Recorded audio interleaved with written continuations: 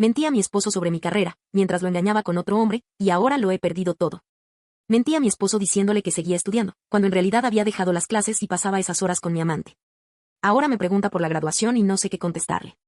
Antes de que me juzgues, quiero que entiendas que no llegué a esto de manera premeditada. Fue un camino torcido que, cuando menos me di cuenta, ya me tenía atrapada. Nunca tuve una vida sencilla. Crecí en una familia complicada, con carencias económicas y un ambiente tóxico que parecía consumirnos a todos. Estudié secretariado y ventas, y durante muchos años trabajé en un call center. Ahí empezó el verdadero desgaste. Si alguna vez has trabajado en uno, sabes lo que implica. Pasar horas escuchando a personas que parecen incapaces de razonar, aguantando gritos, insultos y reclamos que no tenían nada que ver conmigo. Día tras día sentía que todo mi esfuerzo era inútil, como si estuviera destinada a repetir la misma rutina hasta quemarme por completo. Entonces apareció Martín. Con él sentí que alcanzaba la salida de un túnel oscuro. Era distinto a todo lo que había conocido. Tenía un puesto importante en la empresa de su familia, era jefe de producción, mientras sus padres manejaban todo el negocio. A su lado conocí un mundo nuevo, viajes de vacaciones, regalos sin razón aparente, cenas en lugares elegantes, pequeños lujos que antes solo veía de lejos. Con el tiempo, me acostumbré a esa sensación de seguridad que nunca había tenido. Después de un par de años juntos, una noche en su departamento colapsé. Había tenido un día espantoso en el call center, lleno de clientes groseros que me descargaban su ira como si yo fuera culpable de todo. Me eché a llorar sin poder detenerme, hasta quedarme sin voz. Fue entonces cuando Martín me dijo algo que cambió mi vida. Tenía que dejar ese trabajo y entrar en el área de ventas de su empresa. Me prometió un mejor salario, beneficios, un ambiente tranquilo. No lo pensé dos veces. Acepté. Y así mi vida dio un giro total. Los primeros meses fueron casi perfectos. Por fin tenía un empleo donde me sentía valorada, ganaba más dinero y, además, podía estar cerca de Martín todo el tiempo. Cuando él me propuso mudarnos juntos, no lo dudé. Ya vivíamos prácticamente en su departamento, solo faltaba hacerlo oficial. Poco después nos casamos, y yo sentía que por fin había alcanzado la felicidad completa. Quiero dejar algo en claro, yo amaba a Martín. Le debía todo. Él me había dado estabilidad, afecto y una vida mucho mejor de la que jamás soñé. Pero también necesito reconocer algo que en aquel momento no supe ver. Poco a poco, toda mi existencia empezó a girar alrededor de él. Vivía en su apartamento, trabajaba en su empresa, salía y regresaba con él. No era su culpa, pero empecé a sentirme ahogada. Yo siempre había sido independiente, aunque ganara poco, y sin darme cuenta había entregado toda mi libertad a cambio de seguridad. En su momento me pareció un buen trato, hasta que empecé a sentirme atrapada. Los años trajeron consigo la rutina. La empresa se volvió el centro de todo. Su familia me trataba como a una hija, pero su mundo era la compañía. En cada reunión, en cada comida familiar, los temas eran los mismos: proyectos, inversiones, planes de expansión. Incluso me pedían mi opinión sobre temas de ventas y mercadeo. Desde afuera sonaba ideal, pero para mí era agotador. No había escapatoria, ni en el trabajo, ni en la casa, ni en las cenas familiares. Todo era igual. Hasta que un día apareció algo que me devolvió la ilusión. Nos convocaron a una reunión en el Salón de Usos Múltiples. Un representante de una universidad local había llegado a presentar un programa para adultos que trabajaban tiempo completo. Era una licenciatura con clases en la noche, 3 veces por semana, de 6 a 10, durante 3 años. Hablaba de oportunidades, de crecimiento profesional, de abrir nuevas puertas. Mientras lo escuchaba, sentía que me hablaba directamente a mí. Era justo lo que necesitaba, un espacio propio, un propósito personal, algo que no girara en torno a Martín ni a su familia. Esa noche le conté a Martín lo que pensaba. Me escuchó con atención y me dijo que me apoyaría si decidía hacerlo. Incluso sugirió que estudiara administración de empresas, para que más adelante pudiera ascender dentro de la compañía familiar. A mí, en ese momento, me sonó bien. Todo fue sencillo. La empresa tenía facilidades para empleados que quisieran estudiar, y en mi caso me permitieron salir 1 hora antes. Martín se ofreció a pagar la mitad de las clases y yo cubriría el resto.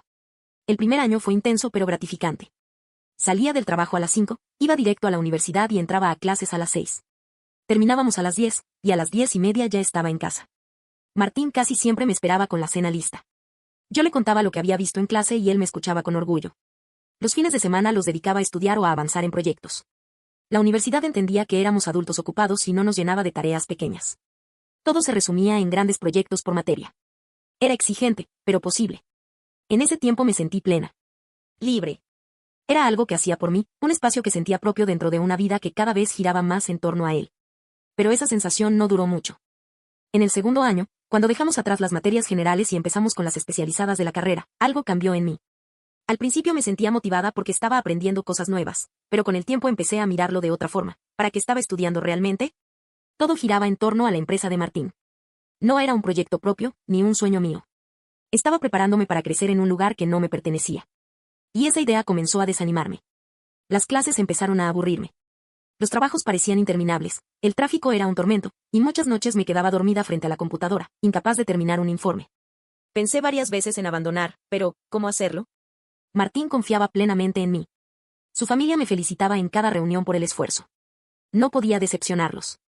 Fue entonces cuando cometí el peor error de mi vida. Una noche, mientras estaba sentada al fondo del aula, desconectada de la clase, un compañero me habló. Ya nos conocíamos de vista, pero nunca habíamos conversado mucho. Tendría poco más de 30 años. Era simpático y tenía esa manera relajada de hablar que hacía que todo pareciera más llevadero. En el receso, me propuso algo tan irresponsable como tentador.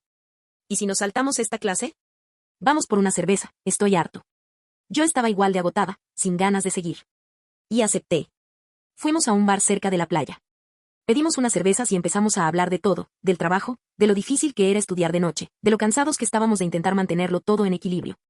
Reí con algo que dijo, y esa risa, tan simple, me hizo sentir viva otra vez. Como si hubiera despertado de un sueño largo. Al salir, sin planearlo, me besó. Y yo no lo rechacé. No sé si fue cansancio, necesidad de escapar o simple estupidez, pero lo dejé pasar. Y en cuestión de minutos estábamos en su auto, en un rincón oscuro. Hicimos el amor ahí, rápido, sin pensar, sin razón. Algo que jamás me había imaginado hacer. No fue pasión, fue impulso. Y cuando terminó, me invadió una mezcla de miedo y alivio. Regresamos a la universidad casi al final de la clase. No dijimos palabra. Yo manejé hasta casa con las manos temblando. Esa noche, le mentí a Martín por primera vez. Le conté que el profesor había sido un desastre, que los compañeros no hacían su parte y que el proyecto se complicaba. Él me creyó sin dudar, me sirvió la cena y me abrazó diciendo que todo saldría bien. No pude dormir. Me prometí a mí misma que no volvería a pasar, que lo que había hecho quedaría enterrado. Pero ya era tarde, había abierto una puerta que no quería cerrar. La siguiente semana, cuando lo volví a ver en la universidad, bastó una mirada. No dijimos nada, pero sabíamos que iba a ocurrir. Salimos juntos antes de terminar la clase, y esa vez no fue un bar ni su auto, fuimos directo a un hotel. Lo que compartíamos no era amor, ni siquiera amistad. Era solo deseo, un escape. Su nombre era Ricardo, y con el tiempo supe que también estaba casado, que tenía hijos, y que se sentía igual de atrapado que yo en la rutina. Quizás por eso nos entendíamos sin hablar. Ninguno buscaba una relación paralela, solo un respiro. Al final de ese semestre, mis faltas a clase eran tantas que mis compañeros amenazaron con sacarme del proyecto final. Apenas aprobé gracias a ellos, más por su esfuerzo que por el mío. De nuevo me prometí que lo dejaría, que no repetiría ese error. Pero cada vez que veía a Martín ayudándome a estudiar, quejándose de la carga excesiva que nos daban en la universidad, yo solo sentía más culpa. Y al mismo tiempo, más alivio de que aún me creyera. Era un círculo vicioso. Quería detenerlo, pero en cuanto iniciaba un nuevo semestre y me cruzaba con Ricardo en el estacionamiento, todo se repetía. Y pronto dejé de entrar a clases por completo. Pagaba la matrícula, pero en realidad solo iba al hotel con él. 3 veces por semana, de 6 a 10, ese era nuestro ritual. Y para Martín, nada había cambiado. Durante meses, todo siguió ese mismo patrón. 3 veces por semana, en lugar de ir a clases, me encontraba con Ricardo. Para Martín, mi rutina no había cambiado, llegaba a casa alrededor de las 10:30, como siempre, y él casi siempre me esperaba con la cena lista o un gesto de cariño. Hubo una noche en particular en la que casi me descubre. Yo estaba en el hotel con Ricardo cuando recibí un mensaje suyo: estoy afuera de la universidad, ¿quieres que te espere y vamos a cenar? Sentí que la sangre se me helaba. Tenía el cabello revuelto, la ropa en el suelo, el corazón desbocado.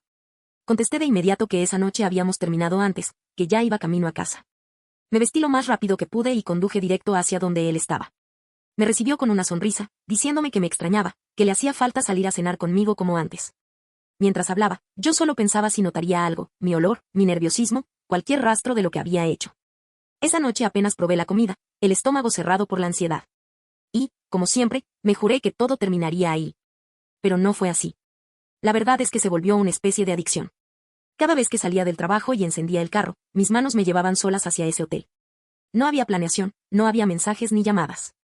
Nos veíamos, acordábamos el próximo encuentro en persona y nada más. Creía que, al no dejar rastros, estaba segura. Me engañaba pensando que si nadie lo descubría, en realidad no existía. Lo que teníamos no era amor. Ricardo no era romántico ni detallista. Nunca hablamos de una vida juntos. Era pura evasión, una grieta por donde ambos respirábamos. Y mientras tanto, mi vida con Martín seguía igual, como si no pasara nada. Él confiaba ciegamente en mí. Todo cambió una noche cualquiera, cuando llegué a casa y lo encontré sonriente, con una copa de vino en la mano y la mesa servida. Me dijo que había estado hablando con su madre sobre mis avances en la universidad y que estaban orgullosos de mí. Luego me preguntó si ya nos habían dicho algo sobre la ceremonia de graduación. Su entusiasmo me dejó helada. Jamás había pensado en eso. Llevaba más de un año sin poner un pie en la universidad, sin entregar trabajos, sin rendir exámenes. No había ninguna posibilidad de graduarme. Y sin embargo, le mentí con naturalidad, diciéndole que aún no había fecha confirmada, que seguro mandarían un correo pronto. Él me creyó, incluso bromeó con que, una vez tuviera el título, yo misma iría a agradecer al profesor que me había exigido tanto. Reí con él, pero por dentro sentí pánico. Desde esa noche no duermo bien. Cada vez que menciona el tema de la graduación, mis manos tiemblan. He intentado pensar en excusas, en alguna salida, pero todas me parecen imposibles. No existe un diploma falso que pueda sostener esta mentira frente a su familia, frente a todos los que ya me felicitan como si hubiera llegado hasta el final. Hace poco, en una reunión de la empresa, su padre me dijo que pronto asumiría un puesto de mayor responsabilidad. Todos aplaudieron mientras yo apenas sonreía.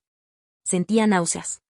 He mentido no solo a Martín, sino también a su familia, a mis compañeros de trabajo, a todos. Cada día me invade el miedo de que todo se descubra. Y sé que lo hará. No hay forma de sostenerlo mucho tiempo más. Ayer mismo, mientras fingía revisar unos apuntes frente al computador, Martín me abrazó por detrás y me dijo con ternura: «Ya casi terminas, amor. Estoy tan orgulloso de ti». No pude responder. Sentí que me hundía. No pasó mucho tiempo antes de que todo se derrumbara. Yo seguía atrapada en mis propias mentiras, inventando excusas sobre trabajos finales, sobre profesores exigentes, sobre compañeros que no cumplían con su parte. Ricardo seguía allí, aunque ya no era deseo lo que me llevaba a verlo, sino costumbre, miedo a enfrentar la realidad. Una noche cualquiera, sin imaginarlo, mi mundo se vino abajo. Martín había decidido sorprenderme. Un trabajador de la empresa, al escuchar hablar de mis supuestos logros académicos, le pidió información sobre el programa que yo estudiaba. Con la idea de impresionarme, Martín fue directamente a la universidad. Quería traerme datos, quizá acompañarme a una clase, incluso pensaba esperarme a la salida para ir a cenar.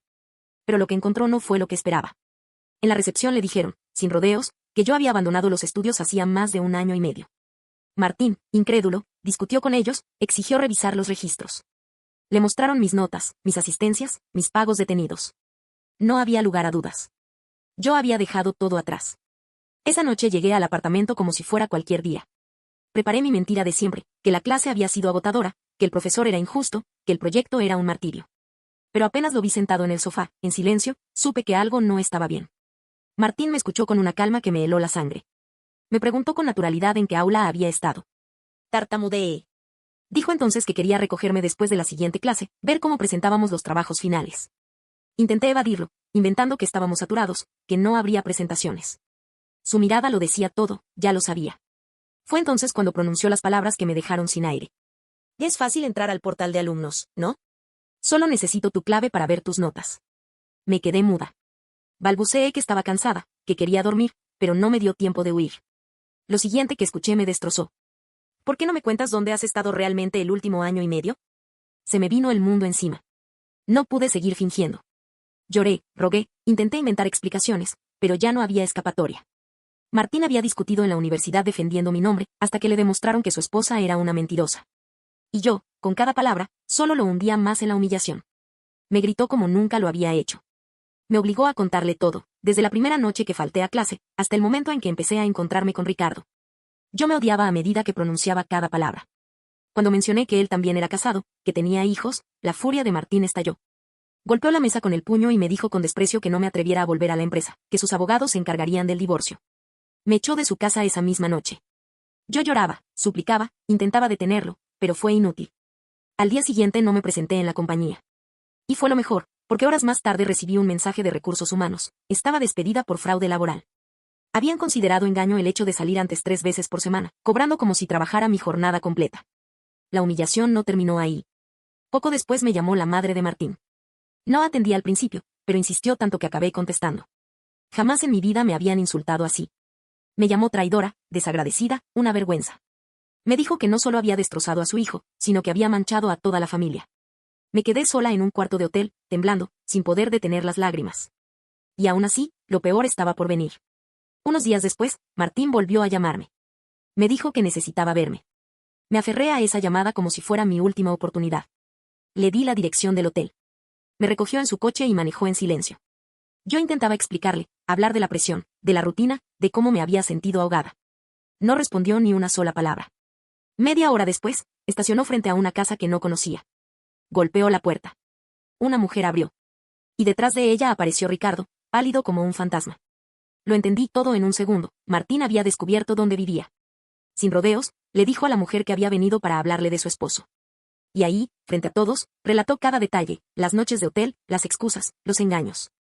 Ricardo se desplomó en una silla, cubriéndose la cara con las manos. Su esposa gritaba, lloraba, mientras dos niños pequeños aparecían en el pasillo sin entender nada. Yo apenas podía sostenerme. Lloraba sin parar. Martín, en cambio, observaba la escena con una calma aterradora. Después, sin decir nada más, se dio la vuelta, subió a su coche y se marchó. Me dejó ahí, frente a la casa del hombre con el que había arruinado mi vida. Después de aquella noche frente a la casa de Ricardo, todo se precipitó. No hubo más explicaciones, ni intentos de reconciliación. En cuestión de días, los abogados de Martín se comunicaron conmigo. El divorcio era un hecho. El proceso fue rápido y doloroso. No hubo espacio para negociar nada. Martín no quiso darme un centavo. Dijo que no lo merecía, que había traicionado su confianza y la de toda su familia. Lo poco que tenía se me fue en honorarios legales. Me quedé sin casa, sin trabajo, sin dinero, sin nada. Recuerdo haber firmado los papeles con las manos temblando. Era el final de todo lo que había construido a su lado. Lo que alguna vez me pareció estabilidad, seguridad y futuro, desaparecía frente a mí como si nunca hubiera existido. Lo peor no fue perder lo material. Fue enfrentar la mirada de desprecio de todos los que alguna vez me acogieron como parte de su familia. La madre de Martín, que me había tratado como a una hija, me insultó de nuevo antes de la última audiencia. Me dijo que nunca olvidaría la vergüenza que les había hecho pasar, que yo había destrozado no solo a su hijo, sino a todos ellos. Me quedé sola, en un cuarto pequeño y anónimo. Pasaba las noches llorando, repitiéndome una y otra vez la misma pregunta. ¿Por qué? ¿Por qué, teniendo una vida buena, decidí echarla a perder? Martín nunca me exigió nada. Nadie me obligó a quedarme en la empresa. Si me sentía ahogada, podría haber pedido un cambio, renunciar, buscar otra salida. Pero no lo hice. En vez de hablar, de confesar lo que sentía, busqué escaparme por el camino más destructivo. Hoy no tengo más que este dolor profundo, esta certeza de que fui yo misma quien destruyó lo poco y lo mucho que tenía. A veces releo lo que escribí al principio y no me reconozco. Otras veces me culpo tanto que siento que no podré levantarme. No sé si algún día encontraré perdón, ni siquiera el mío. Lo único que sé es que tuve todo en mis manos, un hombre que me amaba, una familia que me aceptó, una vida que podía haber sido plena. Y lo arruiné con mis propias decisiones. Ahora no queda nada, salvo cargar con la consecuencia de mis actos, con la amarga verdad de que fui yo misma quien se lo arrebató todo a la mujer que alguna vez soñó con ser feliz. No olvides dejar tu opinión en los comentarios, dejar tu like y compartir este video.